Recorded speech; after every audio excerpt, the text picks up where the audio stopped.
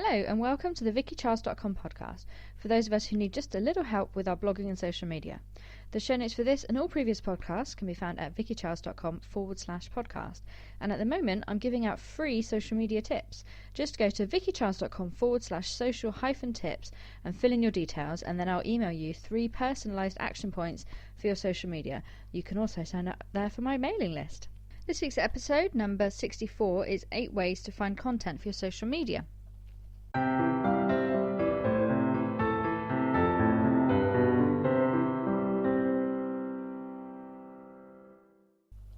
So welcome to episode number 64 of the VickyCharles.com podcast. This week's episode is 8 ways to find content for your social media. Now what I mean by that is, I always tell people don't only post links to your website. Although your main aim on social media is probably to get people to come to your website, if that's all you post, A, Facebook will hardly show anybody. B, when it does show people, they won't be interested because they'll just be like, oh yeah, you're trying to sell me that again, okay. And C, it just makes for a boring page. You won't get new people liking your page. If all you ever post is links to your website, it's not going to look interesting. So you need to post a wide variety of stuff. Now, I tend to, ask questions, post status updates about what's going on in the news, what have you. I post a lot of photos. But then there's also times when you're just like, I'm not really sure what to post right now, I don't have a cute picture to hand, whatever. So this is basically a list of places that you can look to find things like infographics or pictures or just articles and things that might be relevant to your audience. So the first place that you can look to find social content for your social media is Clout. If you've not heard of Clout, it's Clout with a K, and if you go to clout.com, it's a place where you can enter all of your social media things, and it will give you a score out of 100 for how much clout you have online. So where your Facebook page will show you, you've reached this many people this week, you've engaged this many people, Clout will give you an overall score for all of your social media. So you kind of show it where your Twitter is and your Facebook and your LinkedIn and so on, and it gives you an overall scoring. So it's great to show you how you're doing across the whole internet rather than just on one platform. But more than that, if you go to the Explore section, it will give you a lot of news stories or links to websites that are relevant to what you have already been sharing on your social media. Things that you've been mentioning on Twitter a lot, I think, usually end up on your Clout list. There's a drop down there that you can choose whichever things that you are known for or things that you are seen as an expert in, and then you can kind of go and have a look through and choose stories that are relevant to you. I find a lot of it is quite US centric. I don't know if that's just the time of day that I'm looking at it. There's a lot of US stuff, and there tends to be a lot of Australian stuff on there as well. But even those things can still be relevant to your audience. If they're talking about a larger picture, then just the fact that it was published in Australia or America is really neither here nor there. And you might have American fans as well on your page, for all you know. But yeah, just have a look. I would always click the link before you share it with anybody, just to make sure that it is a genuine thing, because I don't think Clout has a human kind of collating this information. I think it's done through bots and what have you. But I think it's a brilliant resource, and it's a great place to find interesting articles, informative articles, stuff that's engaging.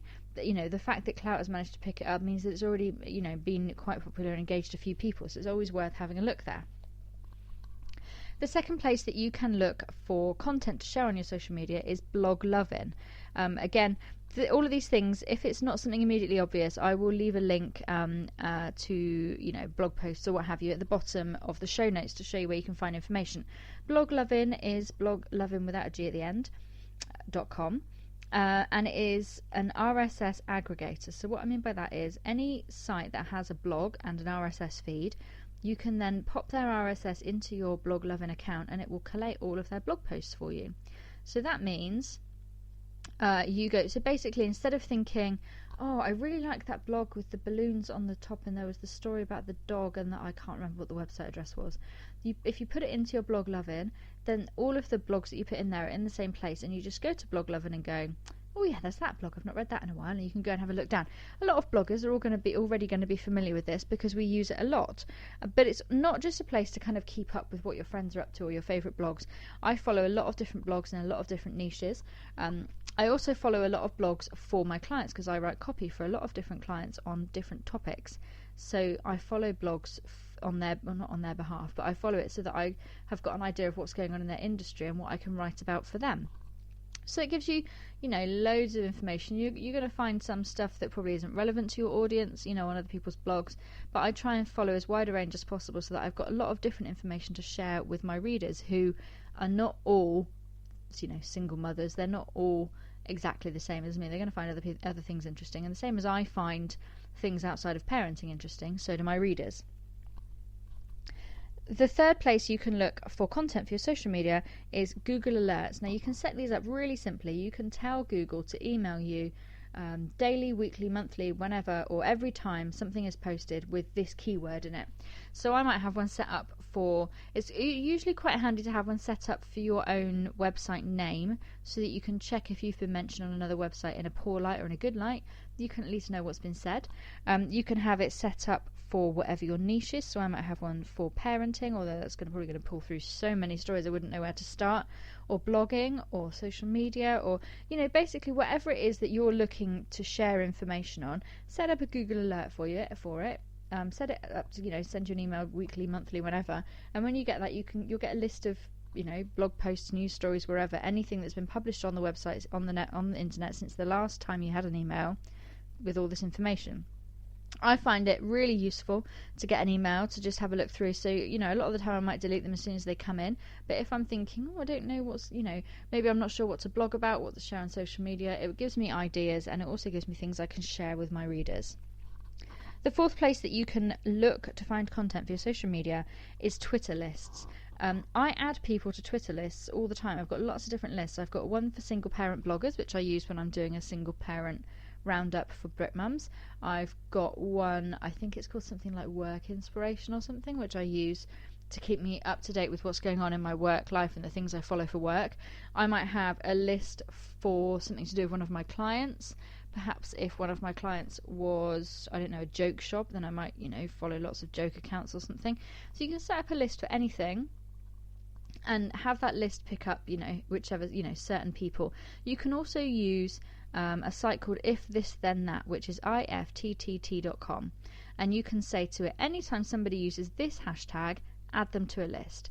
And that's a really great way, again, of collating a list of people who are all posting about the same thing. The only thing about that is I might use a hashtag one day, and it might be the only time I use the hashtag, and the rest of the millions of tweets that I send out are nothing to do with that. So you have to bear that in mind when you're doing that.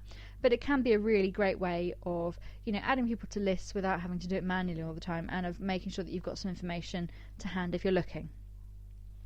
The fifth place that you can look for content for your social media is on other Facebook pages. Now, if you follow 50 pages and you've got 500 friends on Facebook, your newsfeed is never going to show you everything that you want to see. It's really only going to show you the stuff that you interact with on a regular basis, which is probably, your mum, your sister, things like that. So what you can do is when you find a page that is really relevant to the page that you run, you can either add it to, I think it's called a watch list, where you can watch them, which I find is a bit weird because it's kind of comparison-y and not what I'm about at all. Or you can, instead of liking the page, you click the little drop down next to like and like as your page. And that means that your page then likes it. So that doesn't count as a like for their page. So you might want to like it as yourself as well. But what it means is that when you're on your page, if you scroll down on the left hand side, you can go to your page's feed. And that will show you all the pages that your page likes. So you can see them kind of all in one place then. And you can quite easily go through and find, interesting articles, pictures, what have you, things that are relevant to you and your page that you can then share with your followers. The sixth place that you can look to find content for your social media is Facebook trending. Now, if you go to your Facebook homepage, you will see on the right hand side there is a list of trending stories, and you can click on that to expand it. It will open up a whole page for you with all the trending stories that are going on at the moment. Now, I talk about this all the time. I think it's fantastic because you can go in there and you can find what's trending at the moment. And you can, even if it's something that everyone is already talking about, if you scroll down, you'll probably find a different take on it, a different post about it that you can publish. Or it might be something that's just happened and you can share it on your page. What I always say is, even if you've already seen 2 posts about it on your newsfeed and you assume that everyone knows, Facebook is massive. It has billions of people, and some people are only on there for 5 minutes here and there. They're not always on top of what that celebrity wardrobe malfunction was or whatever. So they're not always going to see it. So, and also if it's, interesting and engaging, then they're not going to care if they see it twice. So always share something from there, kind of in good faith. Don't expect that just because you've seen it a couple of times that everybody will have done. Not everybody spends as much time on Facebook as you. Apart from me, I do. The 7th place you can look for content for your social media is Google Now. And this is an app that you can put onto your mobile. And it's one of those things. So once you put it on your mobile, it changes the way that your mobile sort of works. But you scroll across to your home screen and you have Google there. And it gives you things. So it gives you, like, mine has my weather. I think you can really kind of fiddle about with it and personalize it to how you want. But then it gives you stories to read. And what it does is it tells you things because Google follows you everywhere, really, doesn't it? It gives you stories it thinks you're going to be interested in. So it might be stories from the latest news. It might be bloggers that have just posted something. So again, that might be things that you've already picked up on Blog Lovin', or you might pick them up on here before you see them on Blog Lovin', because it does things kind of more recently. So looking at my Google Now as I'm recording this, I have got stories about Big Brother. Something about giving clothes to charity, something about the violence in France, and random things, something about Oscar Pistorius, a blog that a client has published, and something from one of my fellow bloggers. So it kind of gives you a roundup of what's going on in the world right now, and you can then go back to it later and it might show you different things. You can swipe things off and tell it you're not interested, and it gradually learns your preferences. So it's a great place to just kind of look if you're out and about and you're thinking, I've not been active on social media for a while, or I'm bored, I'm sitting at the dentist, so have a look and see what's going on. That's a great place to start. The 8th place that you can look to find content for your social media is BuzzSumo. Now, if you've never looked at this site, then be aware that when you do go and look at it, you will go, oh, why didn't I think of this? It's absolute genius. So you can go onto that site and you can search by topic. So kind of pick your keywords and have a fiddle about with it. You can see what other people are posting. So it can give you, it's really great for kind of finding ideas for blog posts to write or articles to write, to see what people are talking about right now. But it's also great to find, things to share. Other opinions, infographics, graphics, all sorts of things. You can find all sorts of stuff on there, and it's a really great place to look. And it's massive. It searches the whole internet, but in a much more kind of content creator friendly way than Google does. Google just kind of, looks around and go, yep, that mentions that word, so I'll show you that kind of thing. Whereas this kind of goes, well, this is what has been posted about this, and so on and so forth. So it's a different way of doing what Google does. And as somebody who creates content, I find it really useful. I do think it's an incredible tool, and it's great for finding stuff to share on your social media. So those were my 8 ways to find content for your social media. I do hope you found it useful. If you have another hidden gem somewhere that you look to find content for your social media, do share it. Please leave a comment on the blog post associated with this podcast, or on my social media somewhere else. Thank you so much for listening to the VickyCharles.com podcast.